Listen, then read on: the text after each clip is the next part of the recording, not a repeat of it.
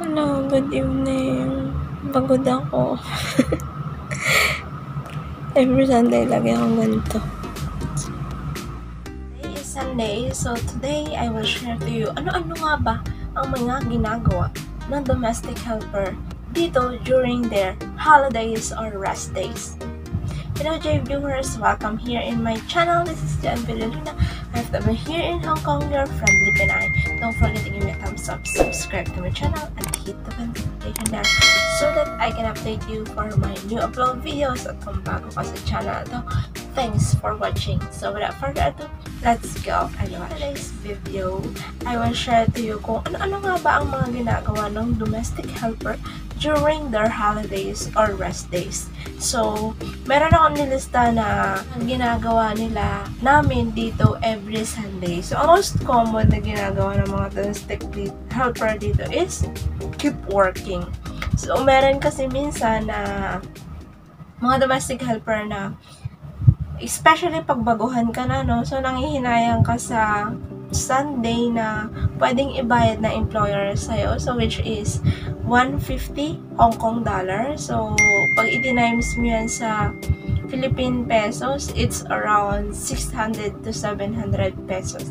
So, sayang na din yun, pandagdag allowance and pandagdag padala sa Pilipinas. So, yun yung instinct mo if first time ka pa lang. Pero pag habang tumatagal ka na, iba na yung naging isip mo. Maniwala ka. So, next na ginagawa nila is, minsan, pag wala silang masyadong friends or masyado silang mahihain, ang ginagawa nila is they stay on their room para matulog. So, sa bahay ng employer nila, yun yung ginagawa ng iba. So, ayaw nilang mapagod kasi nga, di ba, rest day. So, tama nga naman, araw ng pahingahan. Kaya yun, nagpapahinga na lang sila sa kwarto nila.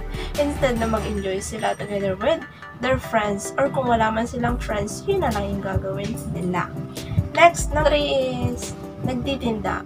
So, alam natin na bawal yung mga ganitong klaseng bagay dito sa Hong Kong.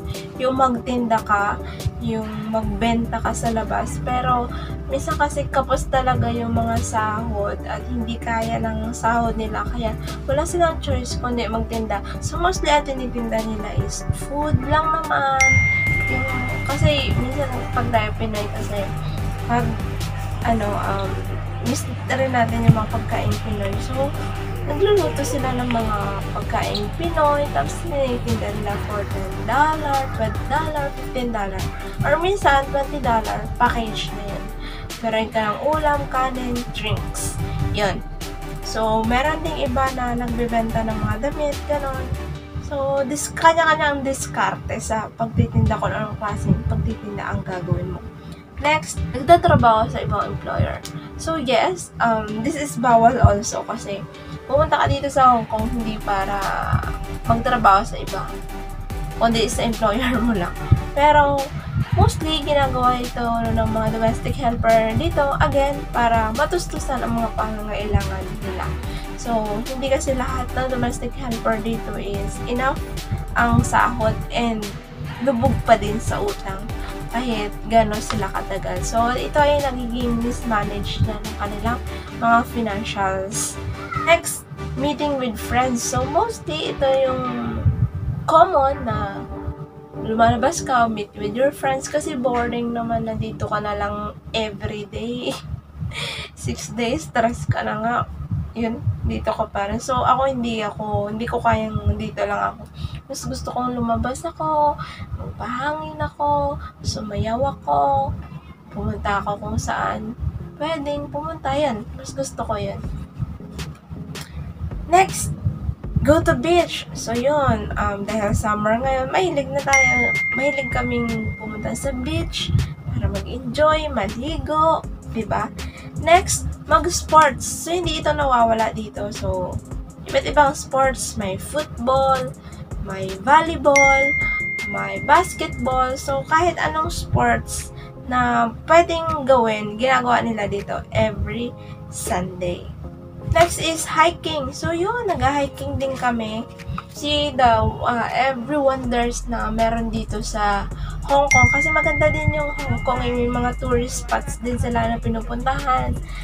na mga mountains, yun. So, minsan naman may iba gumagala, puntang Disneyland, Ocean Park. So, kanya-kanyang kanya-kanyang trip yan.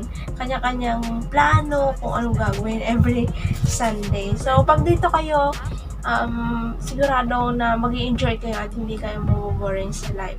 Ang tandaan nyo lang lagi na sinasabi ko, huwag kayong magpaloko and alagaan nyo yung sarili nyo and i-enjoy nyo lang ang buhay dito kasi marami kayong pagkakaabalahan dito na hindi kayo ma-homesick at ma-stress sa family nyo or sa mga amo nyo.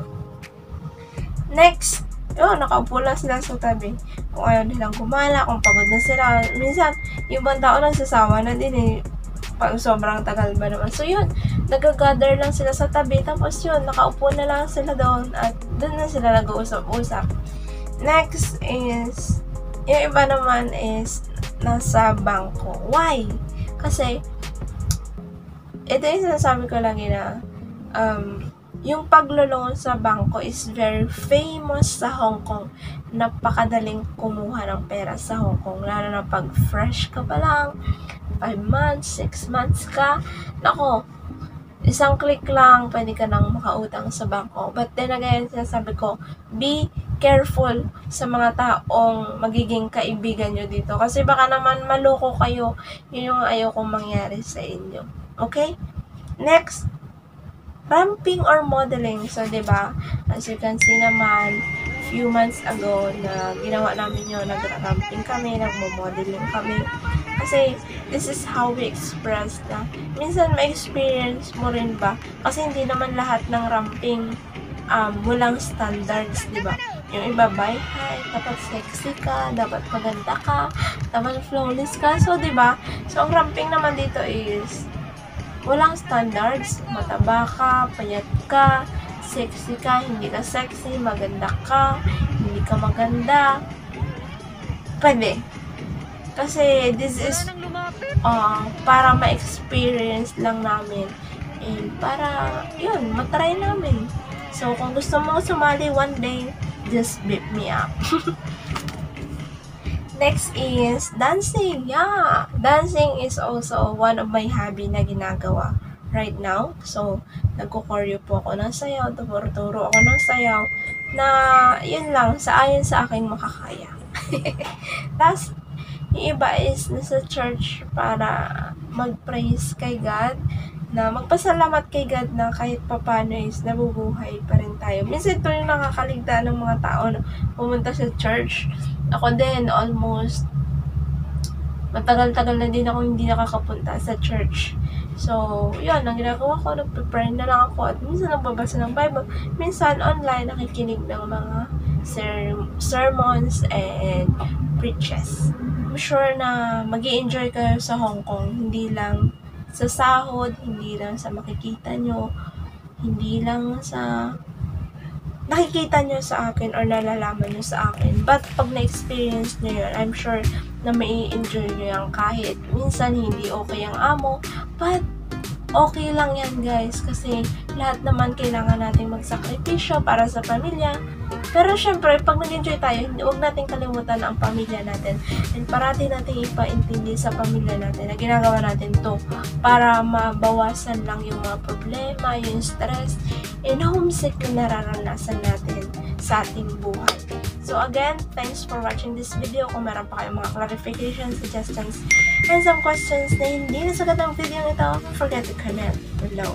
So, tulong ang video na to sa inyo. And if you don't forget to hit the thumbs up, subscribe to my channel, hit the notification there so that I can update you for my new upload videos. Once again, this is PinayOFW here in Hong Kong, your friendly Pinay. See you on the next video.